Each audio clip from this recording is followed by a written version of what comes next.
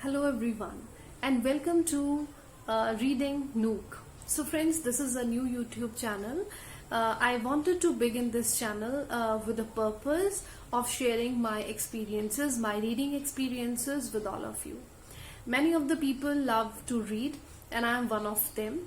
So I thought, why not share my experiences of reading different books, different authors, different poems with all of you. So, with this purpose, I thought to begin this channel, to start this channel, and I just want to begin with my favorite author, Ruskin Bond. And I have picked one story from this book. The name of the story is The Tunnel. Name of the story is The Tunnel. It was almost noon, and the jungle was very still. Very silent. Heat waves shimmered along the railway embankment where it cut a path through the tall evergreen trees. The railway lines were two straight black serpents disappearing into the tunnel in the hillside. Ranji stood near the cutting, waiting for the midday train. It wasn't a station that he wasn't catching a train. He was waiting so he could watch the steam engine come roaring out of the tunnel. He had cycled out of town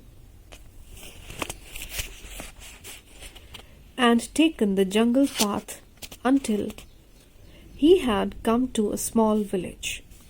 He had left the cycle there and walked over a low, scrub-covered hill and down to the tunnel exit.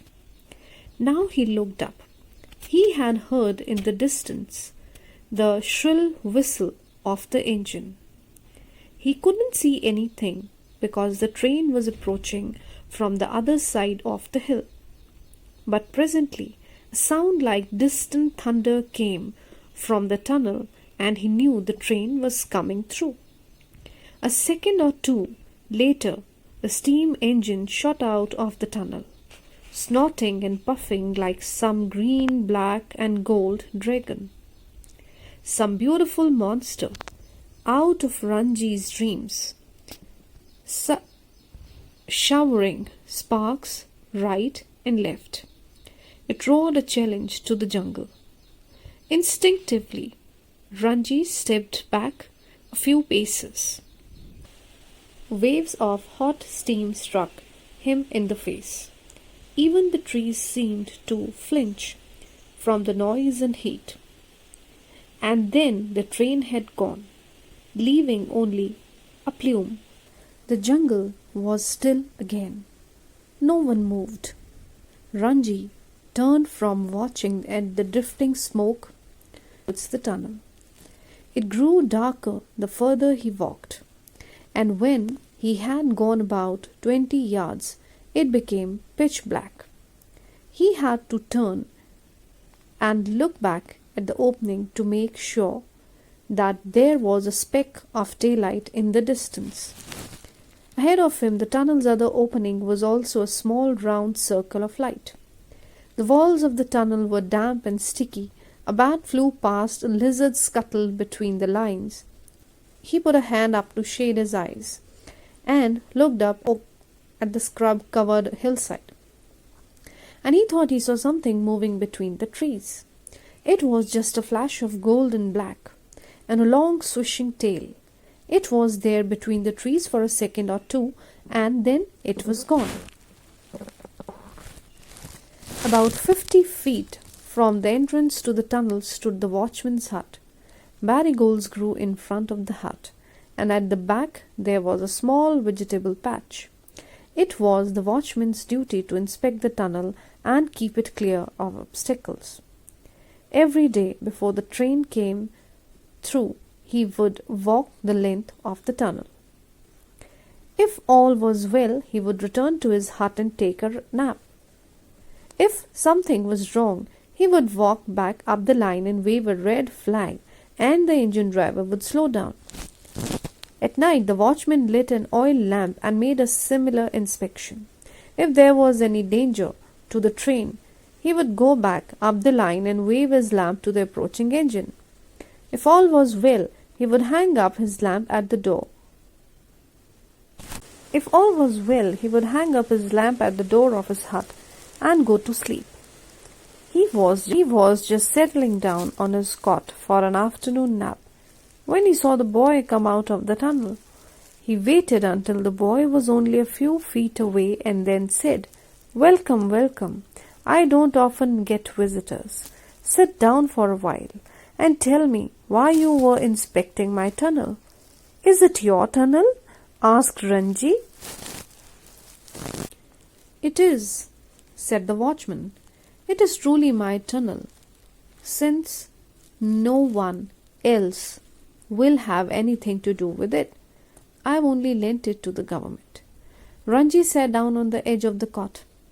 "I wanted to see the train come through," he said, "and then when it had gone, I decided to walk through the tunnel."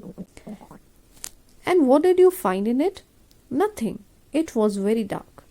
But when I came out, I thought I saw an animal up on the hill, but I am not sure it moved off very quickly."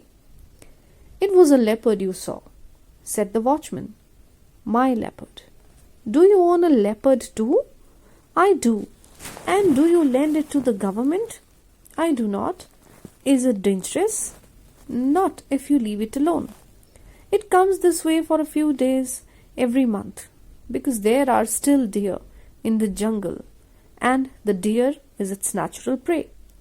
It keeps away from people." Have you been here a long time?" asked Ranji. "Many, if it isn't late. You could come and sit here with me, if you like, and after it has gone, I will take you home." "I will ask my parents," said Ranji. "Will it be safe?" "It is safer in the jungle than in the town.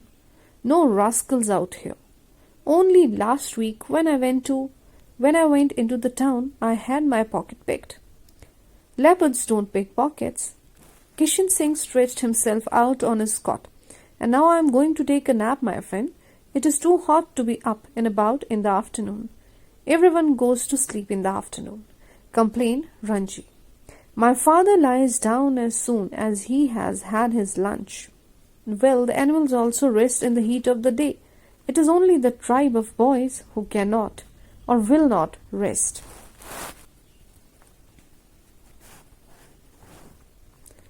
Kishan Singh placed a large banana leaf over his face to keep away the flies, and was soon snoring gently. Ranji stood up, looking up and down the railway tracks. Then he began walking back to the village. The following evening, towards dusk, as the flying foxes swooped silently out of the trees, Ranji made his way to the watchman's hut. It had been a long, hot day, but now the earth was cooling and a light breeze was moving through the trees. It carried with it the scent of mango blossom and the promise of rain. Kishan Singh was waiting for Ranji. He had watered his small garden and the flowers looked cool and fresh. A kettle was boiling on an oil stove. "I am making tea," he said. "There is nothing like a glass of hot sweet tea while waiting for a train." They drank their tea, listening to the sharp notes of the tailor bird and the noisy chatter of the seven sisters. As the brief twilight faded, most of the birds fell silent. Kishan lit his oil lamp and said it was time for him to inspect the tunnel. He moved off towards the dark entrance, while Ranji sat on the cot, sipping tea. In the dark, the trees seemed to move closer, and the night life of the forest was conveyed on the breeze. The sharp call of a barking deer, the cry of a fox, the quaint tonk-tonk of a nightjar. There were some sounds that Ranji would not recognize, sounds that came from the trees, creakings and whisperings as though the trees were coming alive, stretching their limbs in the dark, shifting a little, flexing their fingers. Kishan Singh stood outside the tunnel, trimming his lamp. The night sounds were familiar to him, and he did not give them much thought. But something else, a padded footfall, a rustle of dry leaves, made him stand still for a few seconds. Peering into the darkness, then humming softly, he returned to where Ranji was waiting. 10 minutes remained for the night mail to arrive. As the watchman sat down on the cot beside Ranji, a new sound reached both of them, quite distinctly. A rhythmic sound, as of someone cutting through the branch of a tree. "What's that?" whispered Ranji. "It's the leopard," said Kishan Singh. "I think it's in the tunnel. The train will soon be here." Yes, my friend. And if we don't drive the leopard out of the tunnel, it will be run over by the engine." "But won't it attack us if we try to drive it out?" asked Ranji, beginning to share Watchman's concern. "It knows me well. We have seen each other many times. I don't think it will attack. Even so, I will take my eggs along. You had better stay here, Ranji." "No, I will come too. It will be better than sitting here alone in the dark." "All right, but stay close behind me, and remember, there is nothing to fear." Raising his lamp, Kishan Singh walked into the tunnel, shouting at the top of his voice to try and scare away the animal. Ranji followed close behind, but he found he was unable to do any shouting. His throat had gone quite dry. They had gone about 20 paces into the tunnel when the light from the lamp fell upon. They had gone 20 paces into the tunnel when the light from the lamp fell upon the leopard, and it was crouching between the tracks, only 15 feet away from them, baring its teeth and snarling. It went down on its belly, tail twitching. Ranji felt sure it was going to spring at them. Kishan Singh and Ranji both shouted together. Their voices rang through the tunnel, and the leopard, uncertain as to how many terrifying humans were there in front of him, turned swiftly and disappeared into the darkness. To make sure it had gone, Ranji and the watchman walked the length of the tunnel. When they returned to the entrance, the rails were beginning to hum. They knew the train was coming. Ranji put his hand to one of the rails and felt its tremor. He heard the distant rumble of the train, and then the engine came round the bend, hissing at them, scattering sparks into the darkness, defying the jungle as it roared through the steep sides of the cutting. It charged straight into the tunnel, thundering past Ranji like the beautiful dragon of his dreams. And when it had gone, the silence returned, and the forest seemed to breathe, to live again. Only the rails still trembled with passing of the train. They trembled again to the passing of the same train almost a week later, when Ranji and his father were both travelling in it. Ranji's father was scribbling in a notebook doing his accounts. How boring of him, thought Ranji as he sat near an open window staring out of the darkness. His father was going to Delhi on a business trip and had decided to take the boy along. "It's time you learned something about the business," he had said, to Ranji's dismay. The night mail rushed through the forest with its hundred of passengers. The carriage wheels beat out a steady rhythm on the rails. Tiny flickering lights came and went as they passed small villages on the fringe of the jungle. Ranji heard the rumble as the train passed over a small bridge. It was too dark to see the hut near the cutting, but he knew they must be approaching the tunnel. He strained his eyes looking out into the night, and then, just as the engine let out a shrill whistle, Ranji saw the lamp. He couldn't see Kishan Singh, but he saw the lamp, and he knew that his friend was out there. The train went into the tunnel and out again. It left the jungle behind and thundered across the endless plains. And Ranji stared out of the darkness, thinking of the lonely cutting in the forest, and the watchman with the lamp who would always remain a firefly for those travelling thousands, as he lit up the darkness for steam engines and leopards. So this is it for today.